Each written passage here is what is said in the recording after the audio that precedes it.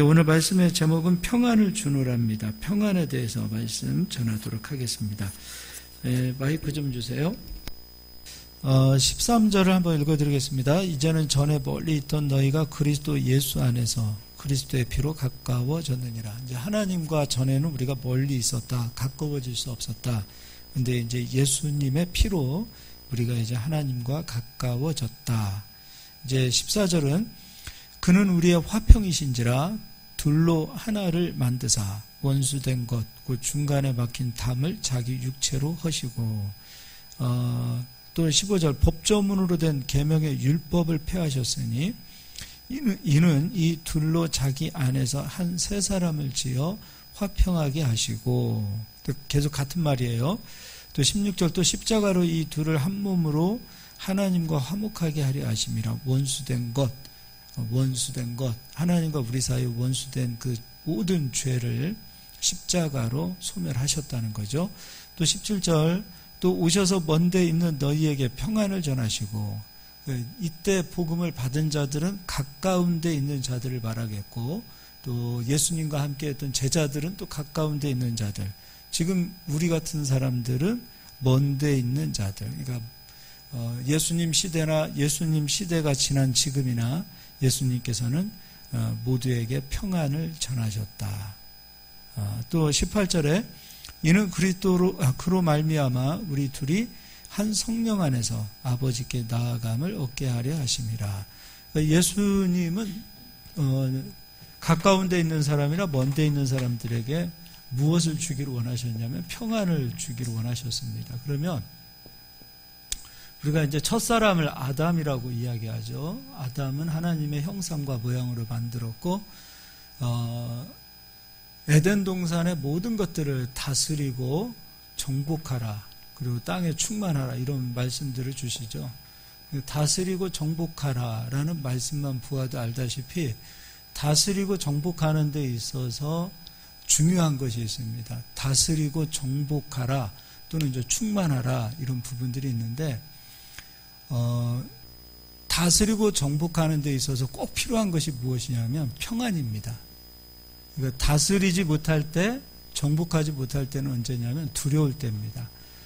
두려움으로는 절대로 다스리고 정복할 수 없어요. 그래서 여호수아서에서도 하나님께서 여호수아에게 끊임없이 너는 두려워하지 마라, 놀라지 마라, 내가 너와 함께함이라. 끊임없이 하나님께서는 가나안 땅을 정복하는 여호수아에게 말씀하셨던 것은 두려워하지 마라, 놀라지 마라, 내가 너와 함께함이라. 이 말은 다른 말로 한마디로 내가 너에게 평안을 주노라예요. 하나님이 너와 함께 하신다라는 그 자체가 평안이라는 거죠. 그러니까 평안하지 못한 상태에서 두려운 마음, 떨리는 마음, 그런 마음으로는 절대로 다스릴 수 없고 정복할 수 없다라는 거죠. 그럼 이제 아담에게 선악과를 먹기 전에 너는 땅을 다스리고 정복하라, 그리고 충만하라 라고 아담에게 사명을 주셨어요. 근데 아담이 선악과를 먹고 나서 더 이상 다스리고 정복하는 자가 되지 못했어요. 왜 그러냐면 아담의 마음속에는 두려움이 찾아옵니다. 이제 그건 한번 읽어보도록 하겠습니다. 창세기, 잠깐 내가 오늘 이 설교 다음 주 하려고 그랬는데 그냥 이걸로 합시다. 창세기 3장. 다음 주도 하고 오늘도 하고 하죠. 가진 게 시간밖에 없는데. 창세기 3장 10절 9절부터 읽어드릴까요? 아니, 몇 절부터 읽어야 되나? 6절부터 읽어드리겠습니다. 여자가 그 나무를 본즉 먹음직도 하고 보암직도 하고 지혜롭게 할 만큼 탐스럽기도 한 나무인지라. 여자가 그 열매를 따먹고 자기와 함께 있는 남편에게도 주매 그도 먹은지라. 이에 그들의 눈이 밝아져 자기들이 벗은 줄을 알고 무화과 나무 잎을 엮어 치마로 삼았더라.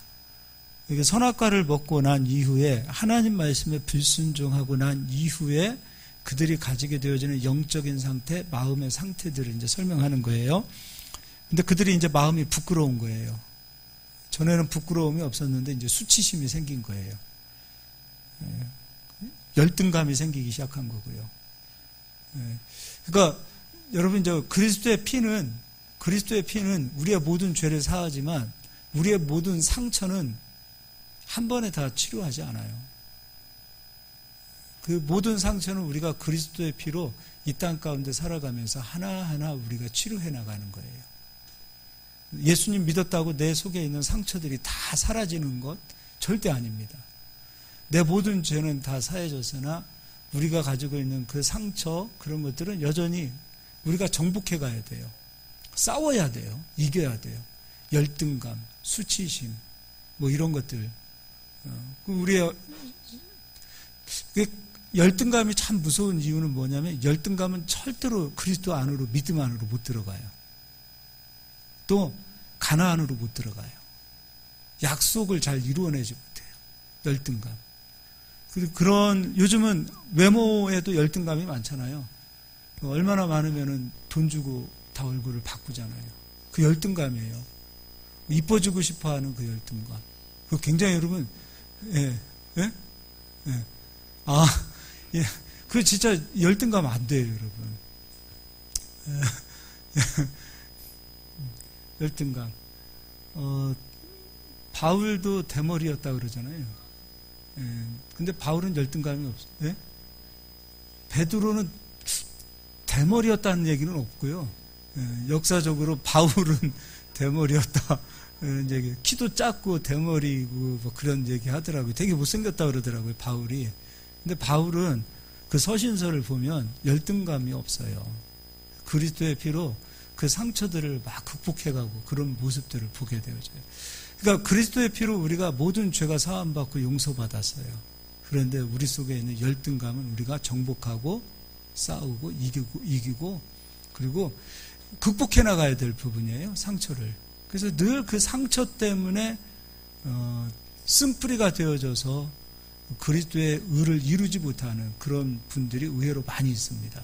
믿음이 왜 성장하지 못하는가? 상처 때문이에요. 상처. 그러니까 상처를 다른 것으로 자꾸 세상적인 세상 방법으로 그 상처들을 이렇게 포장하려고 그래요. 회칠한 무덤으로. 그러니까 자신의 열등감을 겉에 있는 무엇인가로 자꾸 포장하려고 하는 그런 모습들이 우리 인간에게 있다 이거예요. 그런 어떤 부족한 모습들이 얼마나 많은지 모릅니다.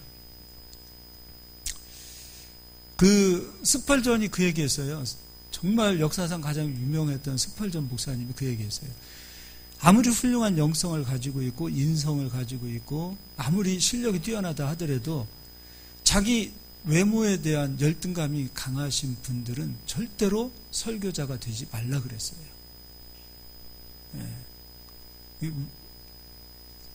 열등감, 콤플렉스가 많은 사람, 그것을 극복하지 못한 상태가 되어지면 절대로 목회자 하지 마라 그랬어요. 그래서 스펄전이 쓴 책이 있어요. 자네 정말 목회자가 되려는가? 그런 책이 있는데 그 당시에 그 책이 지금도 사실은 설교자들, 목회자들이 꼭 읽어봐야 될 책인데 그 안에 꼭 있는 부분이 있어요. 정말 당신이 열등감으로 가득 채워져 있고 특히 외모의 컴플렉스를 가지고 있다면 절대로 아무리 훌륭한 사람이라 할지라도 강단에 서지 마십시오. 잘생긴 사람만 서라 그 얘기가 아니에요. 못생겼다 하더라도 당신은 절대로 열등감에 사로잡힌 그런 사람이 되지 않기를 바랍니다. 그게 극복되지 않으면 절대로 설교자가 되지 마라 그런 얘기를 할 정도로.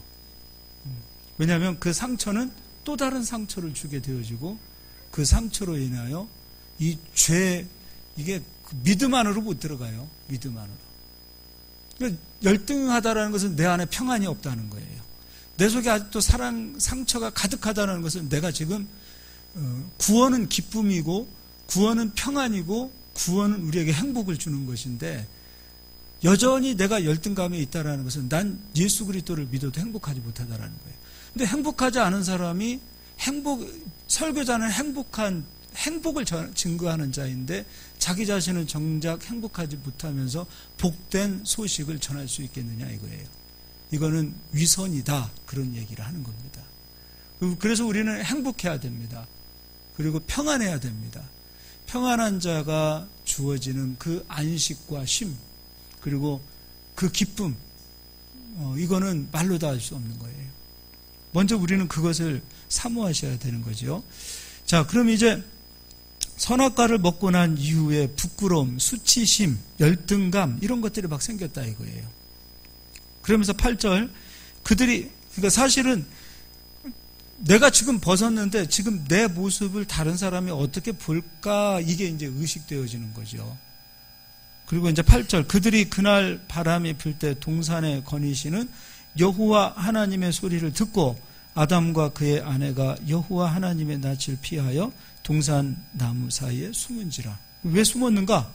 하나님이 이제 아담아 너 어디 있느냐 부르실 때에 아담이 어떻게 이야기하는가? 10절에 이르되 내가 동산에서 하나님의 소리를 듣고 내가 벗었으므로 두려워하여 숨었나이다. 왜 숨었대요? 두려워서. 그러니까 죄로 인하여 선악과로 인하여 하나님 말씀에 불순종한 것이 죄죠. 이 죄로 인하여 찾아오게 되어지는 그 내면의 상태는 수치심, 열등감, 이런 어떤 상처, 이런 것들이 생기기 시작하고요. 또 하나는 두려움이 생기기 시작하는 거예요. 그럼 이 두려움의 상태에서는 더 이상 하나님께서 주신 너 에덴을 다스리고 정복하고 충만하라. 더 이상 다스릴 수 없는 거예요. 더 이상 사명을 감당할 수 없는 거예요. 여러분 수치심과 열등감으로 가득 찬 내면의 상태에 있는 사람을 평안하다라고 얘기할 수 있겠어요? 할 수 없는 거죠.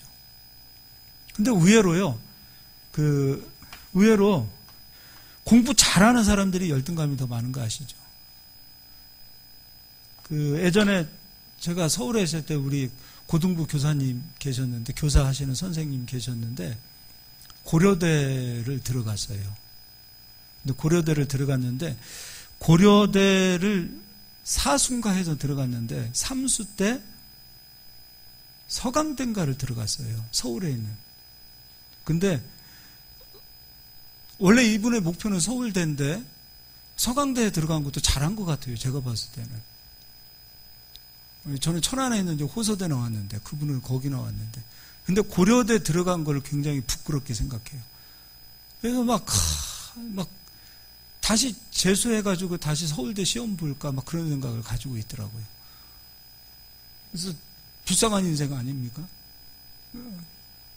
고려대만 해도 얼마나 뛰어납니까? 근데 자기가 목표하는 서울에 들어가지 못한 것으로 인하여 굉장히 열등감이 있고 수치심이 있고 남들 아무렇지도 뭐라고 하지도 않는데 본인 스스로 서울대에 들어가지 못한 것에 대한 부끄러움이 있어요. 나는 호서대 들어가서 졸업한 것만 해도 할렐루야인데 참 그런 상태에 있는 분들도 의외로 있을 수 있어요. 근데 이해는 가요. 여기서 이제 벗어나야 된다는 거죠. 수치심에서, 두려움에서, 열등감에서 다 벗어날 수 있어야 돼요. 두려움도 마찬가지죠. 절대로 이 두려움의 상태로 우리가 에덴을 다스릴 수 없고 사명을 감당할 수 없고 하나님 주신 약속된 그 가나안 땅을 누릴 수 없고 또 히브리서 기자는 이 약속을 하나님의 언약과 또는 안식이라고 하는데 더 이상 안식을 누릴 수 없는 상태라는 거죠. 그럼 예수님은 이 땅에 오셔서 우리에게 평안을 주기 오셨다라는 것은 너 나로 인하여 수치심 사라졌니? 너 나로 인하여 열등감 사라졌니? 너 정말 날 믿고 있는다고 하면서도 불구하고 아직도 20년 전에 상처를 붙들고 있고 10년 전에 상처를 붙들고 있고 그 상처로 인하여 아직도 누군가를 용서하지 못하고 이 가슴에 쓴뿌리들을 그냥 가지고 있는 상태에 머물러 있다면 너 진짜 나 믿는 거니? 그 얘기하는 거예요. 그러니까 구원은 평안이고 구원은 기쁨이고 구원은 지금 행복함으로 나타나야 되는 거예요. 너 정말 구원 받았니? 근데 넌 왜 행복하지 못하지? 너 정말 구원 받았니? 너 정말 나를 믿니? 그렇다면 너는 왜 기뻐하지 못하는 거니? 너는 왜 만족하지 못하는 것이니? 여호와는 나의 목자시니 내게 부족함이 없으리로다. 말로는 잘하는데 다른 말로 얘기하면 내가 아직도 만족하지 못하고 있다는 이야기는 여호와를 나의 목자로 인정하지 않고 있다, 그 얘기잖아요. 예수님께서는 평안을 주기 위해서 우리에게 오셨는데 예수님을 믿음에도 불구하고 아직도 우리는 수치심과 열등감과 상처와 두려움 속에 사로잡혀 있다면 우리는 절대로 주님 약속하신 것을 이루어낼 수가 없어요. 그러니까 믿음이 부족해서, 맞는 얘기입니다. 믿음이 부족해서. 근데요, 믿음이라는 것은 무엇인가? 믿음이라는 것은 지금 하나님과 함께 기뻐하는 것이 믿음이에요. 믿음이라는 것은 무엇인가? 하나님으로 인하여 기뻐하는 거예요. 제가 오늘 여기 목회를 하면서 막 열정을 가지고 막 목회를 합니다. 그런데 제 마음에 기쁨이 없다. 저는 믿음이 없다, 그 얘기예요. 나의 믿음은 가짜다, 이거예요. 우리가 주의 일이 되었든 이 세상을 살아가든 믿음으로 우리가 살아간다고 끊임없이 고백하고 믿음으로 산다라고 말함에도 불구하고 우리 현실에서 기쁨이 없고 평안이 없고 안식이 없다, 그 얘기는 난 지금까지 신념으로 일하고 있다, 그 얘기예요. 주님이 하신다고 우리는 다 이야기하면서도 불구하고 다 내가 하고 있다는 거예요. 내가 하니까 불안하고, 내가 하니까 두렵고, 내가 하니까 아직도 내려놓지 못하고 그분께 맡겨드리지 못하고, 그러니까 불안한 거예요. 아직도 그 믿음은 아직도 가짜라, 이거예요. 그러니까 믿음은 반드시 우리 내면에 무엇으로 나타나야 되냐면 평안으로 나타나는 거예요. 기쁨이에요. 구원은 기쁨이에요. 구원받은 자는 기쁨이 있는 거예요. 마귀가 가져오는 마음은 두려움이요, 수치심이요, 상처요, 열등감이에요. 마귀가 쏘는 것은 수치심을 쏘는 거예요. 죄책감을 쏘는 거예요. 그런데 하나님은 우리에게 주시는 마음은 두려움이 아니에요. 우리를 수치스럽게 여기지 않아요. 가늠하다가 현장에 붙잡힌 여인을 율법에 매여있는 유대인들은 율법으로는 돌로 치라고 하는데 예수님 어떻게 할까요? 근데 예수님은 그 여인을 조금도 부끄러워하지 않았어요. 조금도 부끄러워하지 않았어요. 우리가 탕자를 비유하잖아요. 탕자는 아버지에게서 떠났어요. 세상에 가면은 그곳에서 기쁨이 있고 세상에 가면 그곳에서 무엇인가를 줄 거라고 생각을 하고 세상을 향해서 나갔어요. 근데 세상이 주는 것은 기쁨과 평안과 안식이 아니었어요. 탕자를 아프게 했고 탕자가 가지고 있었던 모든 것을 다 빼앗았어요. 다 잃어버렸어요. 그곳에서는 쉼도 없었어요. 먹고 살 것도 없으니까 쥐엄나무 열매라도 좀 먹고 싶었지만 그것도 주는 사람이 없었어요. 그렇게 보잘것없는 그 탕자가 돌이키잖아요. 그때 비로소 아버지를 생각하잖아요. 내가 아버지 아들로 여김받는 것도 부끄럽다. 그래도 아버지 집에 가서 내가 종살이라도 하자. 나 아들로, 내가 진짜 아들로 불려지기도 부끄럽고 죄송한데 그래도 내가 살아야 되니까 아버지에게 가자. 아버지께 갔어요. 근데 아버지는요, 조건, 이유 따지지 않아요. 부끄럽게 여기지 않아요. 수치스럽게 여기지 않아요. 그를 끌어 안아주시는 거예요. 아버지가 우리 하나님이시잖아요. 우리 안아주셨어요. 그게 구원이에요. 그 안에서 탕자가 누렸던 마음이 평안이에요. 안식이에요. 비로소 탕자가 그 속에서 행복함을 누리는 거예요. 살찐 송아지를 잡고 금가락지를 껴서 입혀주고 예쁜 옷을 입혀줘요. 조금 더 수치스럽게 여기지 않아요. 그의 과거를 따지지도 묻지도 않아요. 근데 맏아들이 와가지고 기분 나쁘거든요. 아버지, 나를 위해서는 송아지 하나도 안 잡았는데 저런, 사실 탕자가 창기하고 같이 놀아놨다는 얘기는 없어요. 근데 아들이 얘기하는 거예요. 맏아들이. 저놈은 창기와 함께 돈 다 낭비한 놈인데 왜 저런 놈에게는 저렇게 송아지를 잡아주고 잔치를 해주고 옷을 입혀주고 왜 그러시는 겁니까? 그 아들은 정죄하잖아요. 그리고 자기를 의롭게 여기잖아요. 아들은 그를 자기 동생을 부끄럽고 수치스럽게 여기지만 아버지는 부끄럽게 수치스럽게 여기지 않았어요. 그 아들 입장에서 보자고요. 맏아들. 자기 동생을 부끄럽게 여기고 수치스럽게 여겼던 그 맏아들은 그 중심에 여러분 평안이 있는 겁니까? 없어요. 누군가를 찌르고 정죄하고 있는 판단하는 사람, 그 내면에는 평안함이 없어요. 진짜 불쌍한 사람은 탕자가 아니라 바로 맏아들이에요. 우리가 예수 그리스도로 인하여 진짜 평안을 누리고 예수 그리스도로 인하여 안식을 누리게 되어지면 맏아들의 모습에서 벗어나게 되어 있어요. 아버지는 조건 없이 이유 없이 따지지도 않고 우리를 안아주시는 분이세요. 그리고 우리는 그 품에 안겨야 돼요. 그래야 우리는 그분이 주시는 안식을 누리고 평안을 누리고 기쁨을 누리고 자유를 누리는 거예요. 자, 한번 물어보겠습니다. 여러분 죄 용서 받으셨습니까? 근데 여러분의 죄책감은 용서 받았습니까? 용서 안 받았습니까? 받았죠? 근데 왜 이렇게 예수님 믿는 사람들은 죄책감이 많아요? 그러면 죄 용서 받은 거 아니잖아요. 죄가 용서 받았으면 죄책감도 용서 받고 처리를 받은 거 아니에요. 근데 죄책감이 아직도 있으니까 수치스럽고 부끄럽고 열등감에 잡혀 있는 거 아니에요. 그리고 이렇게 이런 나를 진짜 수치스럽게 여기지 않는 그 아버지의 사랑을 받은 자라면 우리가 어떻게 감히 맏아들처럼 동생을 판단하고 정죄하고 그럴 수 있겠어요? 진짜 사랑을 받은 사람은, 진짜 아버지의 은혜를 받은 사람은 평안한 자가 되어지고, 평안한 자가 되어지면 절대로 열등감과 수치심과 상처로부터 매여 있지 않아요. 그리고 두려움이 아니라 여호수아처럼 강하고 담대한 자가 되어 아버지의 약속을 열매로 누리는 자가 되는 줄 믿으시길 바랍니다. 자, 근데 제가 참 다시 한번 설명해 드리겠습니다. 죄는 깨끗하게 처리되었지만 우리 내면 속의 상처는 예수님 믿는 순간에 다 처리되는 거 아니에요. 예수님 믿고 신앙생활을 하는 과정 속에 상처 또다시 받을 수 있어요.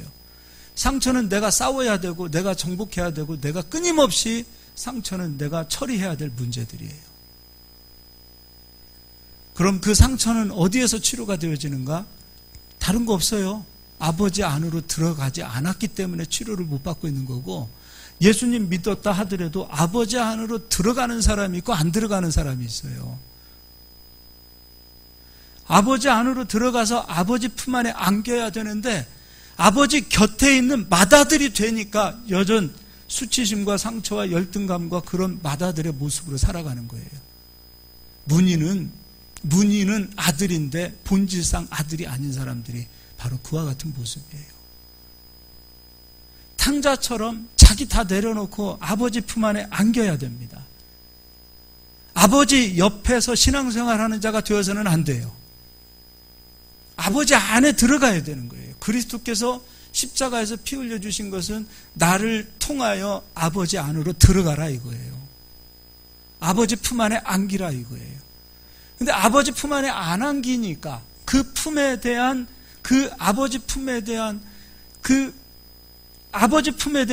은혜를 모르고 있기 때문에 아직도 상처와 수치심과 그리고 율법으로 유대인들 아버지 믿는다고 하나님 믿는다고 자부하는 사람들 아니에요. 근데 하나님 보실 때는 유대인들 너희들 마귀 자식이라고 얘기하잖아요. 너희들 내 안에 안 들어온 자들이다.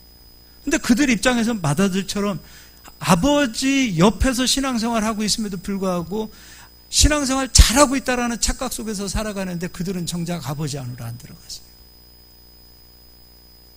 여러분 아버지 안으로 들어가실 수 있기를 예수의 이름으로 축복합니다. 디모데 후서를 한번 읽어보도록 하겠습니다. 디모데 후서입니다.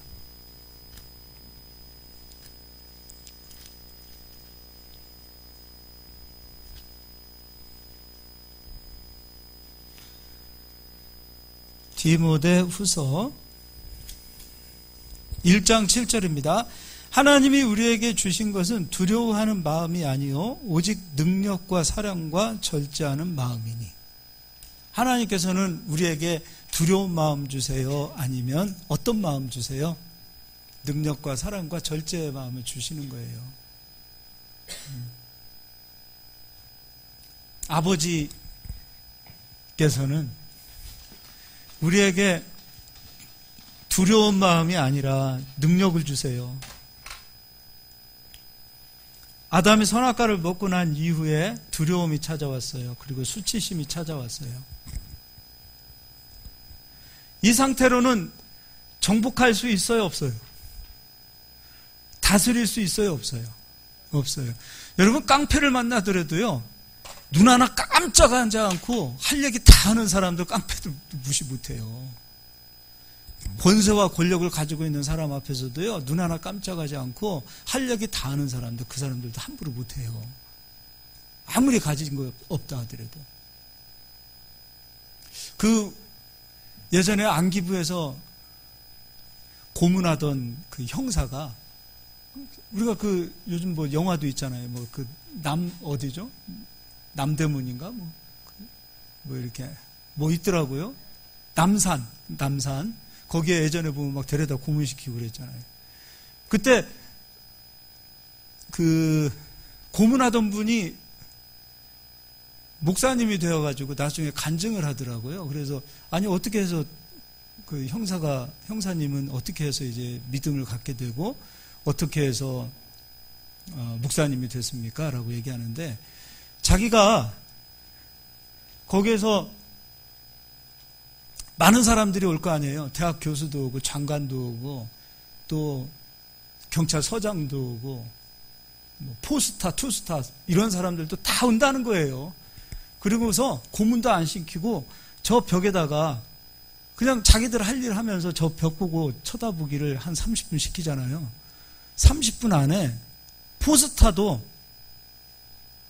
바지에 다 오줌을 싼다는 거예요. 그냥 벽만 보고 시키는데도. 이제 그 이후에 어떤 일이 벌어질까, 이 공포와 두려움으로 인하여 이 사람들은요, 지금 말도 안 걸고 그냥 벽만 보게 했는데도 불구하고 그냥 오줌을 싸는 거예요. 두려워 떠는 거예요, 막. 근데 자기가 보았을 때 간혹 목사님들을 데려다가 고문을 시키려고 하면, 저는 그 정도 배짱이 있나 모르겠어요. 호통을 치더라는 거예요, 와가지고. 니들이 하면서 막 책상을 딱딱 치면서 막 호통을 하고 막 그러신 분들이 유일하게 목사님들이라는 거예요. 그래서 아니, 저분들은 왜 저럴까라고, 요즘은 그런 강단이 있는 목사님들 있나 모르겠어요. 저도 말로만 이렇게 하지, 아마 거기 데려다 놓으면 저도 그럴 수도 있을 것 같아요. 오줌 싸지 않을까 싶어요. 근데 유일하게 목사님들은 민주화 운동하면서 막 호통을 치시더라는 거예요. 근데 거기에서 이분이 다르다. 도대체 저분들이 믿는 하나님 어떤 분인가? 그렇게 해서 이분이 신앙생활을 하는 그런 목사님이 계세요. 어디를 데려다 놓더라도 여러분 담대하시기를 예수님의 이름으로 축복합니다. 예. 그 상황 속에서도 풀무불에 들어가는 다니엘 그 새 친구와 같은 그 담대함, 사자굴에 들어가도 두려워하거나 떨지 않았던 다니엘과 같은 그 담대함, 이 담대함이 있어야 우리는 이 세상 살면서, 이 세상은 여러분 싸우는 겁니다. 싸워야 하는 거예요. 건강도 우리가 싸워서 이겨내는 것이고, 부요도 그냥 떨어지는 거 아니에요. 여러분, 예수님 믿고 말씀으로 부요를 이뤄낸 사람 그냥 이루어진 거 아니에요. 다 싸우는 거예요. 다 싸우고 정복해서 내 것으로 소유하는 거예요. 믿음으로 싸우고 믿음으로 내 것으로 소유해야 하는 거예요. 근데 두려워 떨고 있는 마음이 있는 상태에서는 절대로 내 것으로 소유할 수 없는 거예요. 그래서 우리가 첫 번째로 가져야 될 것이 무엇인가? 강하고 담대하시길 바랍니다. 두 번째, 상처는 다 여러분, 이제 상처 끌어안고 살지 마세요. 맨 상처 막. 진짜 상처 때문에, 그 상처는 우리도 제가 이제 성경 공부 제자 훈련하고 하면은 이렇게 이렇게 뭐 하다가 은혜로운 얘기 나누면 상처 얘기들 꺼내고서 상처 얘기 하나 하봐. 그럴 때는 진짜 공부하기가 싫어요. 그거밖에 없나? 할 얘기가? 주님 나누는 은혜가 그거밖에 없나? 내가 지금 여기 앉아서 지금 성경을 가르쳤는데 1년이 되고 2년이 돼도 여전히 상처 얘기 꺼내는 거예요. 그러면서 또 울어. 자기들끼리 울어. 그러면서 은혜 받았대 또. 다 참 기가 막혀요. 기가 막혀. 그러면 안 돼요. 그러면 그건 은혜를 모르는 거예요. 은혜를 모르는 거예요. 예수님 믿고 모든 죄가 사함받고 깨끗함 받았다 하더라도 그 순간 상처가 같이 처리되는 건 아니에요. 상처는 내가 처리해야 돼 나갈 부분이에요. 예수님 믿고 상처까지 치료되어졌다. 그럼 그리스도 안으로, 아버지 안으로 우리는 계속 안 들어가는 거예요. 예수님 믿고 나서 끊임없이 아버지 안으로 들어가서 상처가 해결되어져야 되는데 예수님 믿고 나서 안 들어가려고 그러거든. 가만히 보니까 그 안으로 들어가면 귀찮을 것 같거든. 그러니까 안 들어가는 거예요. 우리는 예수님 믿고 구원을 누리고 모든 죄가 사함 받았다 하더라도 아버지 안으로 끊임없이 들어가는 자들이 되셔야 돼요. 그 안으로 계속해서 들어가야 돼요. 그래서 상처가 끊임없이 그 내면 속에서 해결되지 못했다는 것은 그는 예수님을 입으로 시인하나 지금 아버지 안에 들어가지 않았다 그 얘기예요.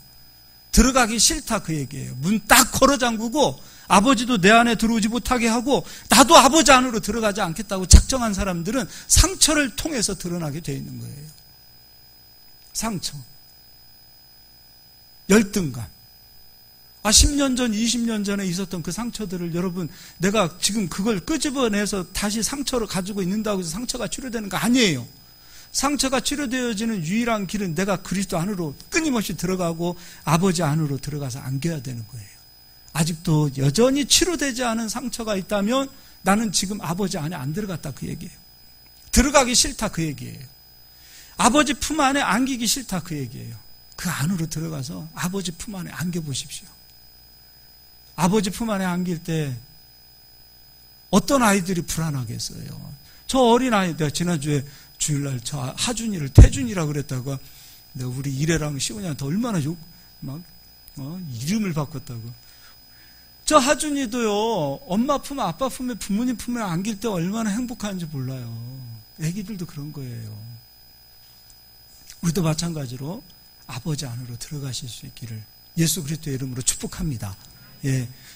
하나님은 우리에게 주시는 것은 두려움이 아니라 사랑하는 마음이라 그랬어요. 자, 이제 에베소서 2장 가서 읽어보고 마치도록 하겠습니다.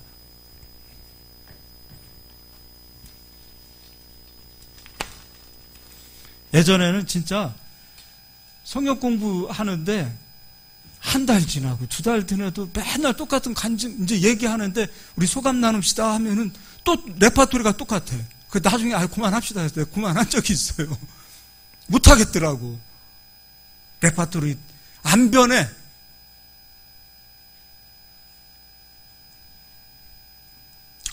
그러면 안 되죠. 그 예수님 부인하는 거예요. 입으로는 시인하면서 마음으로는 부인하는 거죠. 2장의 12절입니다. 그때 너희는 그리스도 밖에 있었고 이스라엘 나라 밖의 사람이라 약속의 언약들에 대하여는 외인이요 세상에는 소망이 없고 하나님도 없는 자이더니. 자, 이제는 우리가 예수님 믿고 약속 받아야 되겠죠? 자, 가나안 땅 이스라엘 백성들이 못 들어간 건 무엇 때문이에요? 그들이 하나님을 몰라서? 믿음이 없어서? 그렇죠. 믿음이 없다고 보죠. 그러나 그들에게는 2가지 때문에 못 들어갔어요. 첫 번째, 그들이 보기에도 우리는 메뚜기 같다 그랬어요. 열등감이에요. 상처가 아직 해결이 안 됐어요. 애굽의 10가지 재앙을 일으키시고 이스라엘 사람들을 사랑하시고 구원하시고 함께 하시는 그 체험을 경험했음에도 불구하고 그들은 해결되지 않은 것들이 너무 많았어요. 그것도 두려워서 못 들어가는 거예요. 2가지 때문에 못 들어간 거예요. 그러면 가나안 땅에 들어가기 위해서는 평안해야 될 거 아니에요. 평안의 반대말은 2가지예요. 상처와 두려움이에요. 그러면 이 상처와 두려움이 해결되어져야 아버지의 약속을 받을 수 있고, 히브리서는 이것을 언약이라고 얘기하고 또 안식의 땅이라고 얘기하죠. 이 안에 들어가서 평안으로 안식을 누리고 하나님 주시는 것들을 받아내야 될 거 아니에요. 그냥 부여도 여러분 은사잖아요. 부여도 그냥 이루어지는 거 아니에요. 이 부여가 내게 이루어지기까지 평안함이 없으면 이거 어떻게 올 거예요? 중간중간에 마귀가 역사하죠. 그때마다 이 두 가지가 해결되지 않은 상태에서는 역사할 때마다 다시 그냥 예전에 세상 지식으로 다시 들어가게 되어 있는데,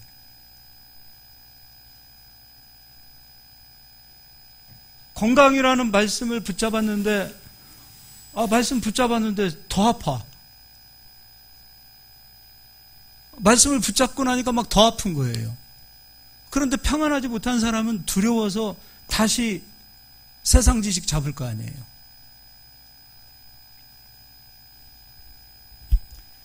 부여라는 말씀을 잡았는데 말씀을 잡고 나니까 사업이 더 안 돼. 돈줄이 더 말라가요. 그럼 평안하지 못한 사람은 다시 두려움에 잡히고 다시 그 두려움으로 인하여 부여는 말씀을 잊어버리고 다시 세상 방법으로 돌아가는 거예요. 그래서 평안을 예수님이 우리에게 주시는 이유는 좀 약속을 누리라는 거예요. 받으라는 거예요. 그래서 열매로 하나님 앞에 영광을 돌리는 거 아니에요. 아직도 여기 상태에 머물러 있는 이유는 아버지 안으로 내가 들어가서 아버지 품 안에 안기지 못했다 이거예요. 진짜 그분이 나의 목자가 되신다면, 내가 그분을 정말 나의 목자로 인정하고 있다면 그분 안에서 내가 두려워할 일이 있겠어요? 이 세상도 아버지 손바닥 안에 있는데. 근데 아버지보다도 희한하게 세상을 더 크게 보는 거예요. 우리 하나님보다도 이 세상 문제가 하나님보다도 더 크고, 이 세상에 있는 것들이 하나님보다도 더 크게 인식되어지니까 우리는 끊임없이 두려움에 잡히게 되어져 있고, 두려움에 잡히다 보니까 아버지 말씀을 이루기도 전에 그냥 다시 아버지 말씀은 내게는 이루어지지 않나 봐. 놔버리는 거죠. 이 말씀을 여러분 끝까지 이루는 데 있어서 내게 필요한 것은 평안입니다. 이 평안이 우리 성도님들 마음속에 임하기를 예수님의 이름으로 축복합니다. 할렐루야. 예. 길거리 가다가도 두려움을 느끼시면 되겠어요? 안 되겠어요? 잠자다가도 두려움을 느끼면 되겠어요? 안 되겠어요? 잠을 막고 잠을 자지 못하게 하는 것은 다른 게 아니에요. 두려움이에요. 잠언서 보니까 네가 잠 못 이루는 이유는 다른 거 아니야. 두려움 때문이야. 근데 그 두려움이 언제 사라지는가? 바로 지혜가 우리 안에 올 때예요. 지혜는 예수님이잖아요. 그래서 여러분, 이 강하고 담대한 평안을 누리셔서 좀 멋있게 좀 삽시다. 예. 사람 앞에 섰을 때도 저 사람은 나보다 돈이 많아. 저 사람은 나보다 계급이 높아. 그거 다 무시하세요. 그 사람은 그 사람이고 나는 나예요. 저 사람은 나보다 옷도 더 멋있게 입고 잘생기고 키도 크고 더 이뻐. 왜 그런 거에 비교하고 그러시는 거예요? 절대 그러지 않기를 바랍니다. 저 사람은 저 사람이고 나는 나예요. 저는 영어를 되게 못하지만 영어 못한 거에 대한 열등감은 없어요. 불편함은 있지만 열등감은 없어요. 해도 안 되는 거 어떡합니까? 예? 열등감 가질 필요 있어요? 그것 때문에 고민할 필요 있어요? 안 되는 건 안 되는 거죠. 불편한 건 불편한 거지만 그거 가지고 열등감 가질 필요는 없어요. 이게 좀 강하게 좀 삽시다. 좀 배짱 있게 살고요. 예. 열등감에도 붙잡히지 말고. 저는 주일 예배 때 빼고 다 거의 다 항상 그냥 티셔츠 쪼가리 하나 입고 살아요.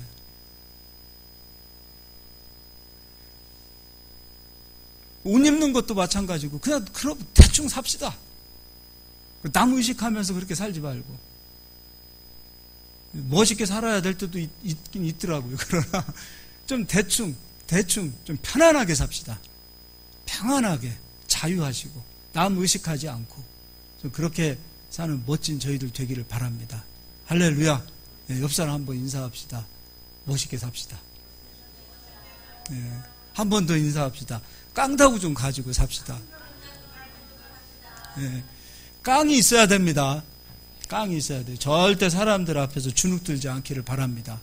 네, 한 번 더 인사하자고요. 멋있게. 주눅 들지 맙시다. 예, 멋있게 주눅 들지 않고 살면 여러분 주위에 정말로 좋은 사람들을 하나님 붙여주세요. 예, 여러분 사람도요 재산이에요. 그들도 복이에요. 좋은 사람들 붙여주실 거예요. 여러분이 두려워하고 겁먹고 쫄보고 막 그래보세요. 그럼 좋은 사람들도 왔다가 다 떠나가요. 저 사람 가진 거 10불 없는데도 불구하고 뭔지 모르게 저렇게 자신감이 있지? 그런 사람들에게 사람 붙는 거예요. 네. 아유, 설교 시간이 짧아져서 여기까지만 하겠습니다. 가운자매님 반주 부탁하겠습니다.